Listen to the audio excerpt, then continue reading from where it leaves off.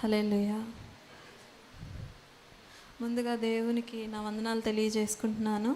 సమయం ఇచ్చిన దైవజనులకి దైవజనురాళ్ళకి నా వందనాలు తెలియజేసుకుంటున్నాను. కూడి వచ్చిన మీ అందరికీ నా వందనాలు తెలియజేసుకుంటున్నాను. మరి ఈరోజు వాక్యంలోకి వెళ్ళే ముందు కొన్ని విషయాలు మాట్లాడుకుంటూ ముందుకెళ్దాము.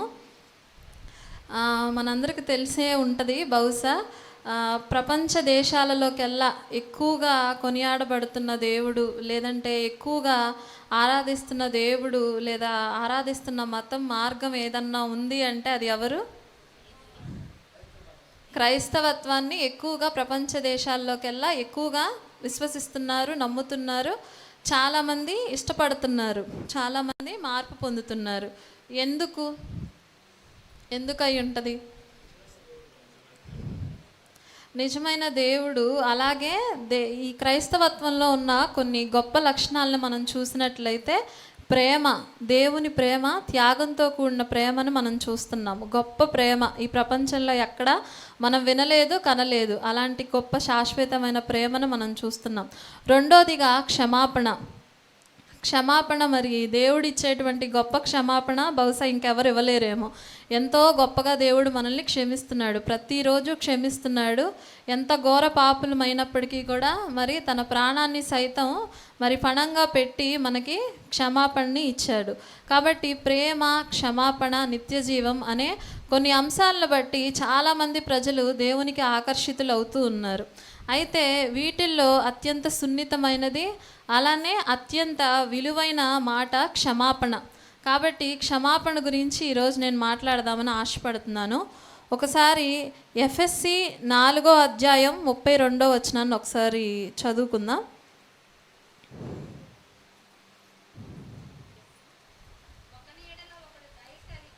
ఒకని ఎడల ఒకడు దయ కలిగి కరుణా హృదయులై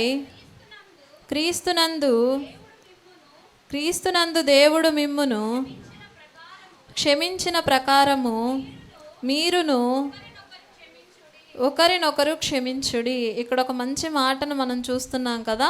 ఒకని ఎడల ఒకడు ఏమి కలిగి ఉండాలని చెప్తున్నారు? దయ కలిగి. అలానే రెండోదిగా కరుణా హృదయులై. ఎవరిలాగా క్షమించమంటున్నారు?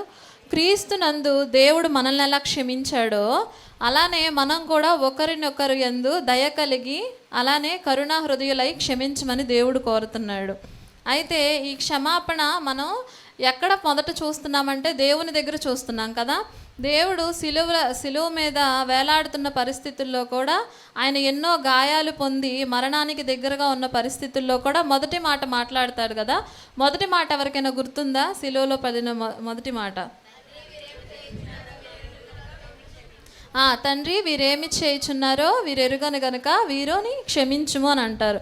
మొదట దేవుడు పలికిన మాట కూడా క్షమాపణ గురించే మాట్లాడుతున్నాడు. కాబట్టి మనకు కూడా ఏం చెప్తున్నాడంటే ఒకరి ఎడల ఒకరు, అంటే మనము మన సహోదరుల పట్ల ఒకరి ఎడల ఒకరు దయ కలిగి కరుణ కలిగి ఒకరినొకరు క్షమించుకునే వారముగా ఉండాలని చూస్తున్నాం. అయితే దేవుని క్షమాపణ ఎలా ఉంటుందో ఒకసారి మనం లోతుగా చూద్దాము. ఎలాంటి క్షమాపణ దేవుడు మనకిస్తున్నాడు అనేది ఒకసారి హెబ్రీ 8:12 ఒకసారి చూద్దాం.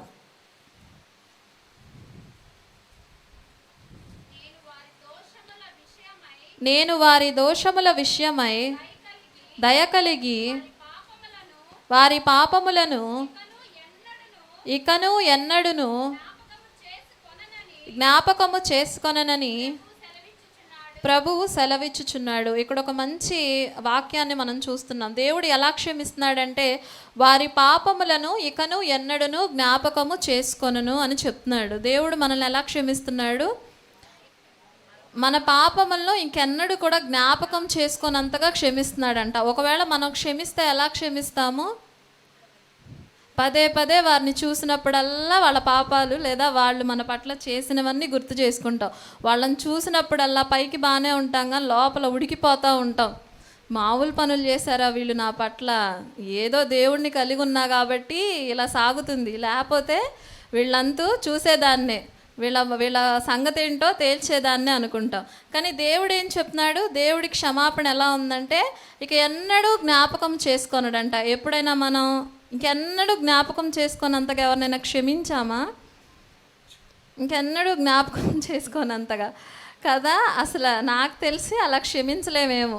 పొరపాటుగా మాట అయితే నోరు జారని ఉండకపోవచ్చు, కానీ హృదయంలో అయితే పద్దాకలు అదే తలుచుకుంటాం. వీడు ఇట్లా చేస్తాడా, వీళ్ళు ఇలా చేస్తారా, ఉంటుందిలే దేవుడు అనేవాడు చూడకుండా ఉంటాడా, వచ్చిద్దిలే వాళ్ళకు కూడా ఒక రోజు అని మనం అనుకుంటుంటాం.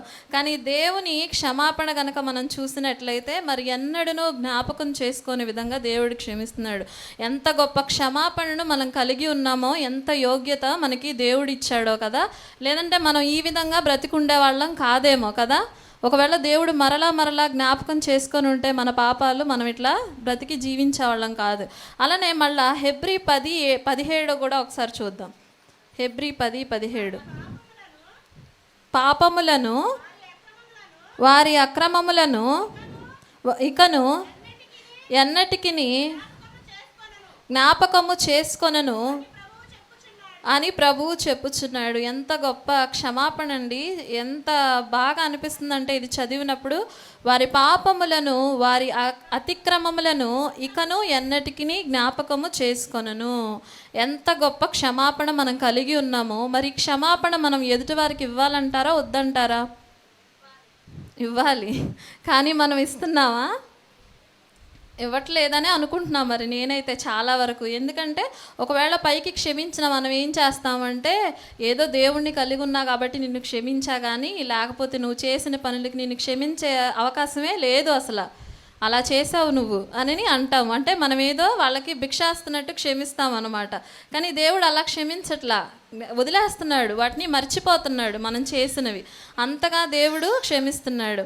అయితే మన బైబిల్లో కూడా ఒకసారి దేవుని వలె గొప్ప మనస్సుని కలిగి క్షమించినటువంటి ఒక మంచి భక్తుడు ఉన్నాడు. ఆయన్ని మనం ఒకసారి జ్ఞాపకం చేసుకుందాము. ఆదికాండము 45వ అధ్యాయం. ఆదికాండము 45వ అధ్యాయము 1వ వచనాన్ని ఒకసారి చూద్దాం. అప్పుడు యోసేపు తన ఎదుట నిలిచిన వారందరి ఎదుట తన్ను తాను అణుచుకొన జాలక, నా యొద్ద నుండి ప్రతి మనుషుని వెలుపలికి పంపివేయుడని బిగ్గరగా చెప్పెను. యోసేపు తన సహోదరులకు తన్ను తాను తెలియజేసుకొనినప్పుడు ఎవరునూ అతని యొద్ద నిలిచి ఉండలేదు. ఇక్కడ మనం యోసేపు గురించి చూస్తున్నామండి. యోసేపు కథ తెలియని వారు ఎవరు ఉండరు కదా. యోసేపు తండ్రి ఎవరు? యాకోబు. యాకోబు యొక్క చివరి కుమారుడు ఎవరు? యోసేపు. యాకోబుకి ఎంతమంది అండి సంతానం? 12 మంది సంతానంలో ఆఖరి వాడైన యోసేపును దేవుడు ఎంతగానో ప్రేమించాడు. అతన్ని చిన్నప్పుడే కలల ద్వారాగా, దర్శనాల ద్వారాగా అతన్ని గొప్ప చేయబోతున్నానని యోసేపుకి దేవుడు చెప్తూనే వస్తాడు. అయితే అది ఓర్చుకోలేని 11 మంది అన్నలు కూడా చిన్నప్పుడు ఏం చేస్తారు? యోసేపుని గోతులో, అసలు ఫస్ట్ అయితే ప్రాణం తీసేయాలని చూస్తారు. రెండోసారి ఏం చేస్తారు? గోతులో పడేస్తారు. తర్వాత ఇంకోసారి ఏం చేస్తారు? సరేలే ఏముంది డబ్బులకైనా అమ్ముకుందామని చెప్పి బానిసగా అమ్మివేస్తారు. ఏ దేశానికి బానిసగా అమ్మివేస్తారండి? ఐగుప్తు దేశానికి బానిసగా అమ్మివేస్తారు. అయితే యోసేపు పట్ల అన్నలు చేసింది ఎంత క్రూరమైన పని. అలాంటి క్రూరమైన పని చేస్తే మనం ఏం చేస్తాం? ఒకవేళ మనం ప్రాణం తీయాలని చూసినా, లేదంటే మనల్ని ఈ విధంగా ఎవరైనా అమ్మివేస్తే, యోసేపు పరిస్థితుల్లో మనం ఉంటే మనం ఏం చేస్తాం? అస్సలు క్షమించకపోగా మళ్ళీ ఏమనుకుంటామంటే, వీళ్ళ మొహం ఇంకెప్పుడు చూడకూడదు, వీళ్ళని తలుచుకున్న పాపమే అనుకునే పరిస్థితుల్లో మనం ఉంటాం. అవునా కాదా? వీడు మావులోడా, అసలు నా ప్రాణం తీయాలని చూశాడు, వీడిని తలుచుకోవడం పాపం, వీడిని చూడటం పాపం, అసలు వీడు నాకు కనపడకూడదు, వీడి పతనాన్ని నేను చూడాలి అనుకునే వాళ్ళం కూడా ఉంటాం కదా. వీడు దేవుడు అంత ఈజీగా వదిలిపెట్టడు అని అనుకునే వాళ్ళం మనలో చాలామంది ఉంటాం. కానీ యోసేపు చేసిన పని ఏంటంటే, యోసేపు చూపించిన ప్రేమ 3 రకాలైన ప్రేమను మనం ఇక్కడ చూస్తున్నాం. యోసేపు ఏం చేస్తాడంటే, తన్ను తాను అణుచుకొన్న జాలక తను ఏం చేస్తాడు? తర్వాత కరువు వచ్చిద్దని మనకు తెలుసు కదా. చాలా సంవత్సరాల తర్వాత తన అన్నలున్న దేశంలో, అంటే కానాను దేశంలో కరువు వచ్చినప్పుడు అన్నలందరూ కూడా యోసేపు దగ్గరకు వస్తాడు. అప్పటికి యోసేపు ఏ స్థితిలో ఉంటాడండి? ఐగుప్తు దేశంలో ఏ పదవిలో ఉంటాడు? ప్రధానమంత్రి పదవిలో ఉంటాడు. ప్రధానమంత్రిలో రాజు కింద ఒక గొప్ప స్థానంలో యోసేపు గారు ఉంటాడు. దేవుడు నిలబెడతాడు. అయితే ఇటువంటి గొప్ప స్థానంలో ఉన్న యోసేపు దగ్గరికి తన అన్నలు వస్తారు, తెలియకనే వస్తారు కదా. తమ్ముడని తెలియక వచ్చి, మేము ఇట్లా కరువులో ఉన్నామండి, మాకు కొంచెం ఆహారం కావాలి అని అడుగుతారు. అప్పుడు తన అన్నల్ని గుర్తుపట్టి యోసేపు ఏం చేస్తాడంటే పర్సనల్గా తీసుకెళ్ళి మాట్లాడతాడు. అప్పుడు చుట్టూ చాలామంది ఉన్నప్పుడు యోసేపు ఆ యొక్క భావం, అన్నలను చూసిన సంతోషాన్ని బట్టి తన్ను తాను అణుచుకొల జాలక ఏం చెప్తాడంటే, ఇక్కడ ఉన్న వాళ్ళందరూ వెళ్ళిపోండి అని చెప్తాడు. అక్కడ మనం చదివినట్లయితే, చదువుతారా ఒకసారి? నా యొద్ద నుండి ప్రతి మనిషిని వెలుపలికి పంపివేయుడని బిగ్గరగా చెప్పాను. వెలుపలికి పంపించి వేసి తన అన్నలతో మాట్లాడతాడు. ఇక్కడ ఒక ప్రేమని మనం చూడొచ్చండి. ఎలాంటి ప్రేమ అంటే, తన అన్నలు చేసిన తప్పు ఎవరికీ తెలియకూడదని అందరినీ, చుట్టుపక్కల ఉన్న వాళ్ళందరినీ కూడా పంపించేస్తాడు. మామూలుగా అయితే చుట్టుపక్కల ఎవరన్నా ఉన్నా కూడా మన పగవాళ్ళు మన ముందుంటే మనం ఏం చేస్తాము, నువ్వు అలాంటోడు ఇలాంటోడు ఎంతమంది అన్నా ఉండని, వాళ్ళ పరువు తీసేదాకా మనం తృప్తిగా ఉండలేమన్నమాట. వాళ్ళ పరువు తీసేలాగా మనం మాట్లాడతాం. కానీ యోసేపు ఏం చేస్తున్నాడంటే, వాళ్ళ అన్నల పాపాలని లేదా వాళ్ళు చేసిన తప్పుల్ని కప్పిపుచ్చే విధంగా అందరినీ బయటికి పంపించి తన్ను తాను యోసేపు గారు కనపరుచుకుంటున్నారు వాళ్ళ అన్నలకి. అలాగా యోసేపు గారి క్షమాపణ విధానం చూస్తే కప్పిపుచ్చే వాళ్ళలాగా ఉంటున్నారు. వారి తప్పుల్ని కప్పిపుచ్చి మర్చిపోయే వారిలాగా యోసేపు క్షమాపణని మనం చూస్తున్నాం. రెండో అధ్యాయాన్ని ఒకసారి చూద్దాం. 2వ వచనాన్ని. అతడు ఎలుగెత్తి ఏడవగా ఐగుప్తీయులను ఫరో ఇంటి వారును వినిరి. అయితే 2వ వచనంలో చూస్తే ఆయన ఎంతగా ఏడ్చాడంటే, వాళ్ళ అన్నలను చూసి ఫరో ఇంటి వారికి వినిపించే అంతగా ఏడ్చాడు. ఇప్పుడు మనం ఇంతకుముందు చూసుకున్నాం కదా, దేవుని క్షమాపణ ఎలా ఉంటుందని మనం విన్నామండి. ఎఫ్ఎస్సిలో కానీ హెబ్రీల్లో కానీ, ఇకను ఎప్పటికీ గుర్తు చేసుకోకుండా, జ్ఞాపకం చేసుకోకుండా మర్చిపోతాడని విన్నాం. ఇక్కడ యోసేపు గారి ప్రేమ కూడా మనం చూస్తే, ఆయన పూర్తిగా అన్నలు చేసింది మర్చిపోయి ఎలుగెత్తి వాళ్ళ మీద ప్రేమతో ఏడుస్తున్నాడంట. ప్రేమతో వాళ్ళకి దగ్గర తీసుకొని ఏడవడానికి ఇష్టపడుతున్నాడు. ఏడ్చి వాళ్ళ మీద ప్రేమను చూపించడానికి ఇష్టపడుతున్నారు. మనకే ఇలాంటిది ఏదైనా జరిగితే కొన్ని సంవత్సరాల తర్వాత ఎవరన్నా కనిపిస్తే మనం అలాంటి ప్రేమను చూడటానికి ఇష్టపడతాం, అలాంటి ప్రేమను చూపించడానికి ఇష్టపడం. కానీ వాళ్ళని ఏ విధంగా దూషించాలా, ఏ విధంగా మాట్లాడాలా అని చూస్తూ ఉంటాం. అయితే యోసేపు గారి ప్రేమ కూడా ఇక్కడ వాళ్ళు చేసిన పాపాలని, వాళ్ళు చేసిన తప్పుల్ని మర్చిపోయే విధంగా ఉండడాన్ని మనం చూస్తున్నాం. ఆ విధంగా క్షమించాడు. అలానే ఇక్కడ 5వ వచనాన్ని చూస్తే చాలా అద్భుతంగా ఉంటుందండి. ఒకసారి 5వ వచనాన్ని. అయినను నేను ఇక్కడికి వచ్చినట్లు మీరు నన్ను అమ్మివేసినందుకు దుఃఖపడకుడి, అది మీకు సంతాపము పుట్టింపనీయకుడి, ప్రాణరక్షణ కొరకు దేవుడు మీకు ముందుగా నన్ను పంపించాను. అసలు ఎంత గొప్ప మాటలు చెప్తున్నాడండి యోసేపు. ఇక్కడ ఏం చెప్తున్నాడంటే, నేను ఇక్కడికి వచ్చినట్లు మీరు నన్ను అమ్మివేసినందుకు దుఃఖపడకుడి. అంటే మీరు ఇట్లా నన్ను అమ్మేశారు కదా, మీరేం బాధపడొద్దు అని చెప్తున్నాడు. ఏమి అనకపోగా, ఏమి తిట్టకపోగా మీరు ఎక్కడ బాధపడొద్దు. నన్ను అమ్మివేసి ఉండొచ్చు, నన్ను ఏదైనా చేసి ఉండొచ్చు, మీరు దుఃఖపడొద్దు.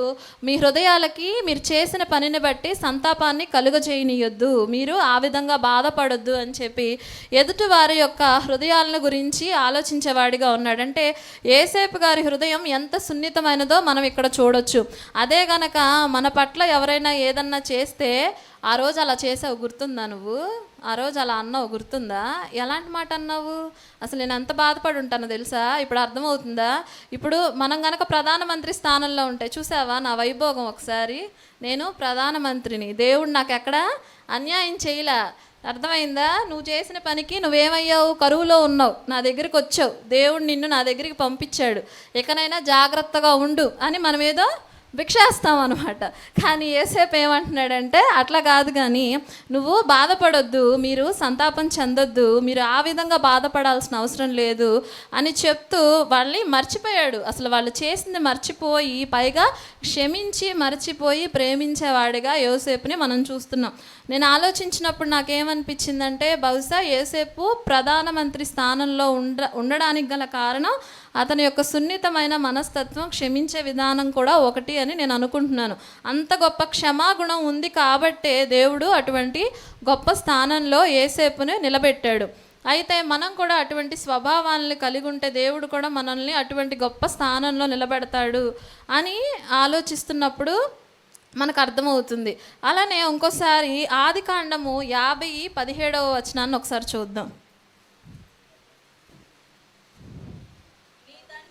నీ తండ్రి తాను చావక మునుపు ఆజ్ఞాపించినదేమనగా, మీరు యోసేపుతో నీ సహోదరులు నీకు కీడు చేసిరి గనుక దయచేసి వారి అపరాధమును వారి పాపమును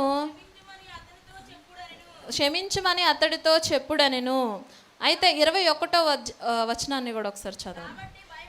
కాబట్టి భయపడుకుడి, నేను మిమ్మును మీ పిల్లలను పోషించదనని చెప్పి వారిని ఆదరించి వారితో ప్రీతిగా మాటలాడెను. ఇక్కడ ఏమవుతుందంటే 50వ అధ్యాయానికి వచ్చేసరికి యోసేపు గారి తండ్రి చనిపోతారు. ఎవరండి యోసేపు గారి తండ్రి? యాకోబు గారు చనిపోతారు. అయితే 17 సంవత్సరాల పాటేమో వాళ్ళు హ్యాపీగానే ఉంటారు. అయితే తర్వాత చేసిన పని ఏంటంటే యోసేపు క్షమించడమే కాదు, అన్నదమ్ములని అక్కడికి పిలిపించేస్తాడు. కరువులో ఉన్నారు కదా, మీరు ఇంక అక్కడ వద్దు, నా దగ్గర ఉండండి, నేను వారిని పోషిస్తాను, నేను మిమ్మల్ని పోషిస్తాను, సంరక్షిస్తాను అని చెప్పి అన్నలందరినీ అక్కడికి ప్రేమతో స్వాగతించిన వాడుగా ఉంటాడు. మన ఎడల తప్పు చేసిన వాళ్ళు కనుకుంటే క్షమిస్తామేమో కానీ వాళ్ళని పోషించడానికి మాత్రం ఇష్టపడను కదా. నీ చావు నువ్వు చావు, ఎట్లయినా చేసుకొని చావు అని అంటాం కదా. కానీ ఇక్కడ యోసేపు గారు ఎంత ప్రేమ చూపిస్తున్నాడంటే అన్నల్ని కరువులో వదిలేయలేదు కానీ మళ్ళీ పిలిచి పోషించిన వాడిగా, వాళ్ళని సంరక్షించిన వాడిగా ఉన్నారు. అయితే ఇలా సంరక్షిస్తున్న సందర్భంలో వాళ్ళ తండ్రి చనిపోతాడు. అప్పుడు అన్నలందరికీ మళ్ళీ భయం పట్టుకునిద్ది, అమ్మో మనం చేసిన పని ఏం చిన్న పని కాదు, చంపాలని చూసాము, ఇప్పుడు ఏమన్నా చేయొచ్చు, నాన్న కూడా లేడు కదా, ఇంకా ఏదైనా చేసే అవకాశం ఉంది, మన మీద పగబట్టే అవకాశం ఉంది అని చెప్పి భయపడి ముందుగా అన్నలు ఏం చేశారంటే 17వ అధ్యాయంలో ఏమంటాడంటే, తండ్రి మీరు చావక మునిపే వెళ్ళి నీ దగ్గరికి వెళ్ళి క్షమాపణ అడగమన్నారు కాబట్టి మేము క్షమాపణ అడుగుతున్నాము అని చెప్పి అన్నలందరూ కలిసి తమ్ముడిని అడుగుతారు. అప్పుడు 21వ వచనంలో దానికి ప్రత్యుత్తరం ఇస్తాడనమాట యోసేపు.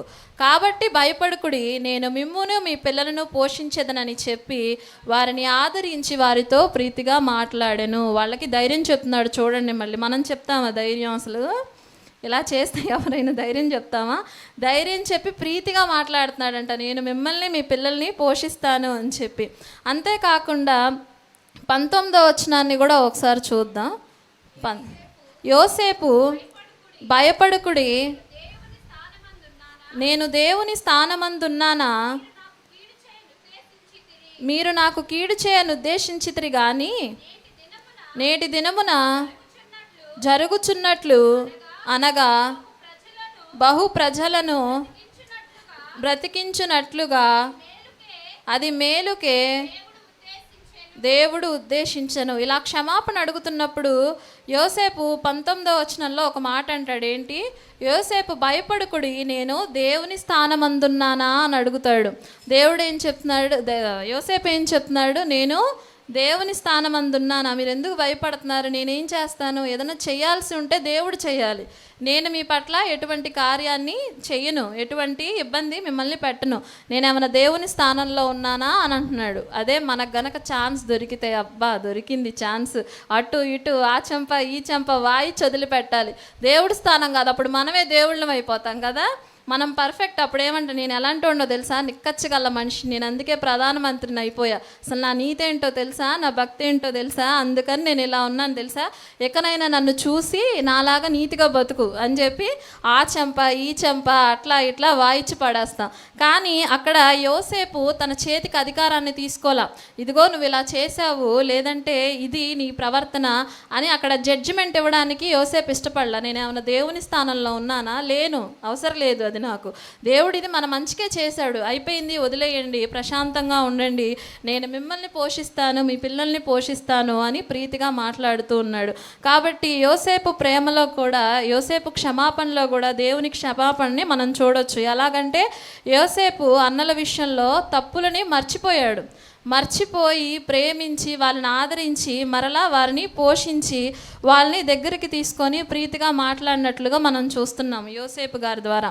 కాబట్టే యోసేపు అంత గొప్ప స్థానంలో ఉన్నాడు. కాబట్టి మనం క్షమిస్తే, పరిపూర్ణమైన క్షమాపణ ఎదుటివారికి ఇస్తే దేవుడు మనల్ని ఆ విధంగా హెచ్చిస్తాడు. ఎలాంటి పరిపూర్ణమైన క్షమాపణ మనం ఇవ్వాలి అంటే మరెన్నడూ కూడా గుర్తు చేసుకోనంతగా, జ్ఞాపకం చేసుకోనంతగా.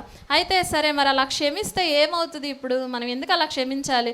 కొందరు అంటారు ఎవరినైనా క్షమిస్తాను కానీ వీడిని మాత్రం క్షమించను, నేను చావనైనా చస్తాను కానీ ఏమని మాత్రం క్షమించను, ఆమె చేసిన పనులు ఎలాంటివి అనుకుంటున్నారు, అసలు వీడిని మాత్రం క్షమించను అన్నాడు. ఒకవేళ దేవుడు మన పట్ల అలా అనుకుంటే మనం ఇక్కడ ఉండేవాళ్ళమేనా? నేను ఆవిడ్ని క్షమిస్తా, ఈవిడ్ని క్షమిస్తా, నిన్ను క్షమించను అని ఉంటే సగానికి సగం మంది ఇక్కడ ఉండేవాళ్ళం కాదు. సగానికి సగం మంది కాదు, అసలు మనందరం ఇక్కడ ఉండేవాళ్ళమే కాదు. ఎవ్వరం కూడా నీతిమంతులం కాదు. దేవుని వాక్యం ఏం సెలవిస్తుంది? అందరూ పాపము చేసి దేవుడు అనుగ్రహించు మహిమను పొందలేకపోతున్నారని ఉంది. కానీ పాపములను క్షమించే విషయానికి వచ్చేసరికి మనం అనుకుంటాం మనం చాలా నీతిమంతులుగా ఏం చేసుకొని ఎదుటి వాళ్ళకు తీర్పులు తీర్చేసి మనం గొప్పవాళ్ళంగా, ఎదుటి వాళ్ళని పాపులుగా మనం చూస్తుంటాము. అందుకే ఒక ఉదాహరణని మనం మత్తయి సువార్తలో ఒకసారి చూద్దాం. చిన్న ఉపమానాన్ని చెప్పి నేను ముగిస్తాను. మత్తయి సువార్త 18వ అధ్యాయాన్ని ఒకసారి చూద్దాం. 18:23 నుంచి 35 వరకు ఉన్న ఒక చిన్న ఉపమానాన్ని చూద్దాం. చదవద్దు, నేను చిన్న ఉపమానాన్ని చెప్పేస్తాను, తర్వాత చివరిలో ఒకసారి కుదిరితే ఇంటికి వెళ్ళాక చదువుకోండి. ఉపమానాన్ని నేను ఎక్స్ప్లెయిన్ చేయడానికి ఇష్టపడుతున్నాను. ఈ ఉపమానంలో ఇక్కడ ఒక రాజు కనిపిస్తున్నాడండి. రాజు దగ్గర ఒక అప్పు తీసుకున్న వ్యక్తి మనకు కనిపిస్తున్నాడు. ఈ రాజు దగ్గర అప్పు తీసుకున్న వ్యక్తి ఎంత తీసుకున్నాడంటే 20 తలాంతులు అని ఉంటుంది. అది 18వ వచనంలో మీరు 10,000 తలాంతుల అప్పు ఉంటుంది అనమాట. 10,000 తలాంతులు అప్పు రాజు దగ్గర ఒక అతను కలిగి ఉంటాడు. అయితే తలాంతు అన్న మాటకి ఇక్కడ కింద ఫుట్ నోట్లో ఒక మాట ఇచ్చాడు. రెండో మాటలో ఒకసారి చూడండి. ఒక తలాంత్ అంటే ఇంచుమించు 3,600 రూపాయలంట. ఇక్కడ రాజుకి ఇవ్వవలసిన తలాంతులు ఎంత, ఎన్ని ఇవ్వాలి, ఎంత చెల్లించాలి? 10,000 తలాంతులు అంటే 10,000 × 3,600 కనుక వేస్తే ఎంత వస్తుంది?